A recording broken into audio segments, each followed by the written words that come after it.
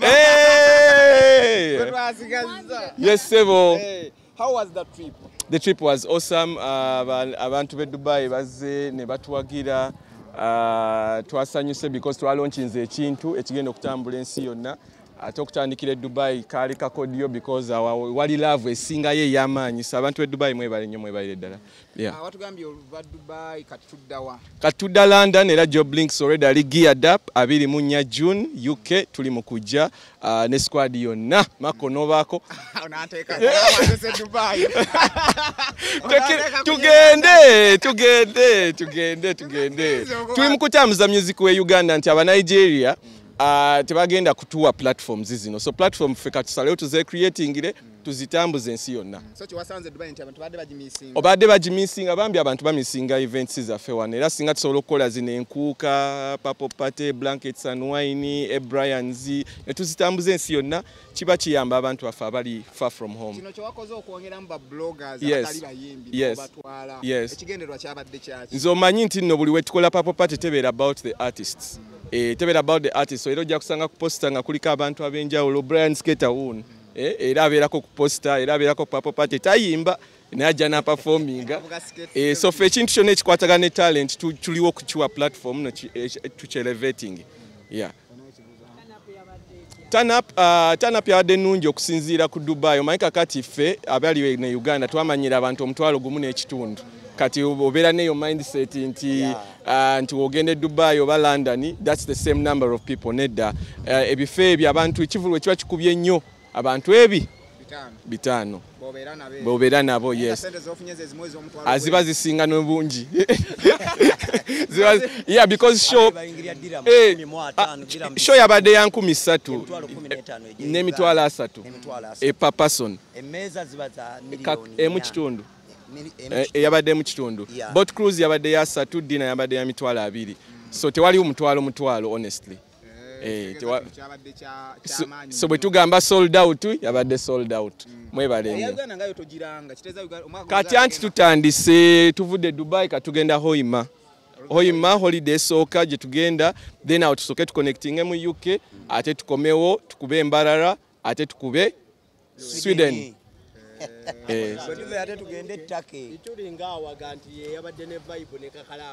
Ichuli yawanise flag. Yes, musajja oyo wamanyi nnyo. Manyi olumu olaba omuntu social media nolowooza character yali arrogant naye Ichuli alina love. Banaye bamulaze love. Ichuli bamuwadde ebimuli. Ichuli bamuwadde sente. Gwe. Era tukole ebirungi mu nsi muno because zino blogs ze tulaba abantu bali eyo balaba waka wammwe. So buli kyoyongerako eggwanga ogenda kiddamu okifune. Gwe noonya Ichuli oba aliwa. Tebamutawaanyiza nnyo. Bambi bamutuseraga jangu otubuuzeeko naye abantu balina laavu. Abantu be Dubai bagaba sente. Ne Brian tebakwadde sente. Nina sente za Brian. N'atalinnye. Naye ne bakulaba Mako kankwoche. Ne wano balwaki tebatwokya. Sanga Mako takwokya.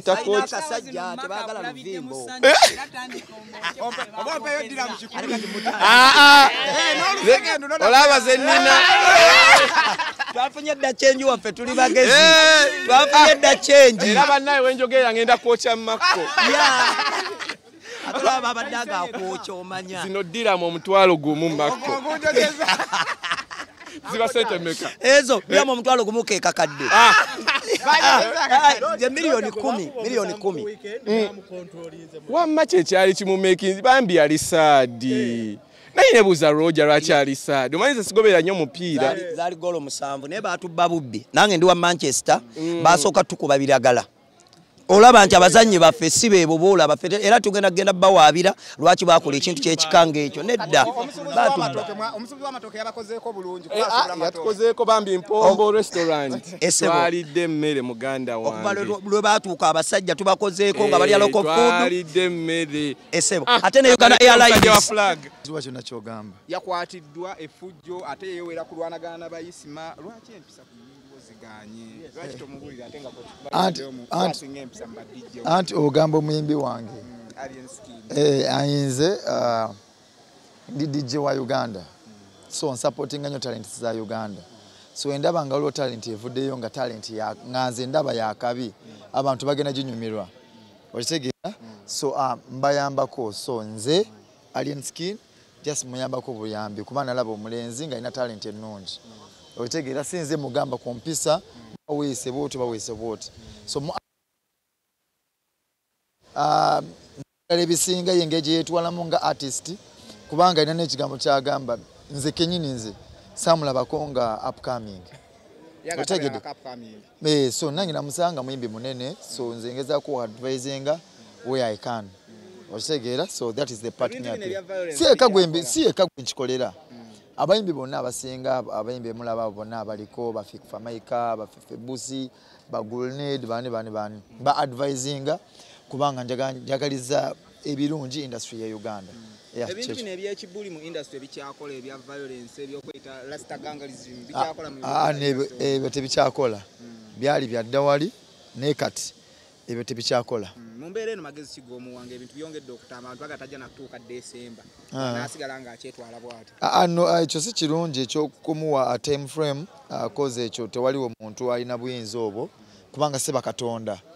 Okitegeera naye nga just nbanjagala omu advisingamu nga ye muganda just nempola ebintu ebimu bikwata empola otuuka wala naye nga ate era n'ekirala nze omuganda era nga kati wentuuze ngenda mukubirako ku ssimu mu meeting so twogeremuko tulabe kiri kitya naye nga nokwolwo ebyo byennyini ebyagwawo ku lunaku namukubira essimu myself naye njogera naye nemugamba addeyo ayimbe naye yaŋŋamba saidi ye mbu bamukyankalanya eri ne bamukuba n'emmotoka kuba ne bajasa something like that we yaŋŋamba bw'atyo nenzi nemugamba nogwe kyokola olabanga waliwo violence gwe kyoba okola gwe sala muliro kubanga oli star naye kati oyo omwana omanyi ghetto youth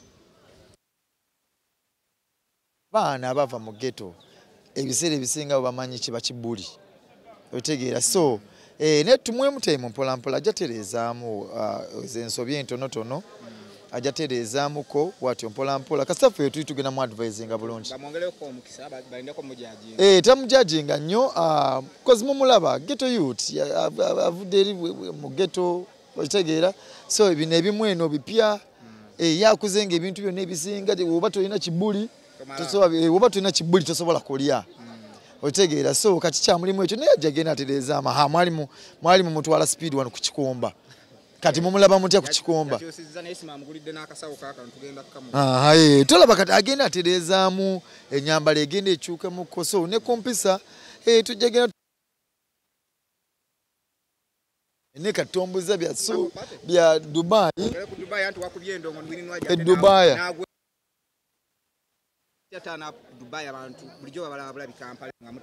Gwachino manya show yabade sold out ekifo kye twagenzeemu batugambye myaka nga tuzanga bwe kiwe kyajjuza naye mukama w'amaanyi abantu beyo batwagala ate mwabadde mu Uganda bokka mwabaddemu ne ba Africans abala kubasala bye mu bazungu ne mwabaddemu abavudde mu nsi endala ba Africans ate kyajjudde to the capacity Chiromanya twakikubye bulungi so kitegeeza mbu Purple Party yaffe world tour etandise bulungi omanyi esooka ebadde esooka ku world tour we mutafuna blessings ezo ne mujjuza bwe mutyo kiyinza obutabeera bulungi waje mudda katudake Ugandan music bamu embracing anye Dubai bamutegeera nnyo kyonomanya bamutegeera nnyo nga wulira kubanga sijja kulimba ndo twazanyi like 95% Ugandan music twakubyemu awo amapiano katono twabuwaddeyo nga like 5% naye ng'endongo yasinze abadde Ugandan music so kyakabi man bannayuganda twabasanzeyo bangi eri abaana bayiriba ate ne bagamba bamisinga nnyo ewaka tebaagala nnyo ewaka so kyakabi ekyo yeah man kale steady mulikiriya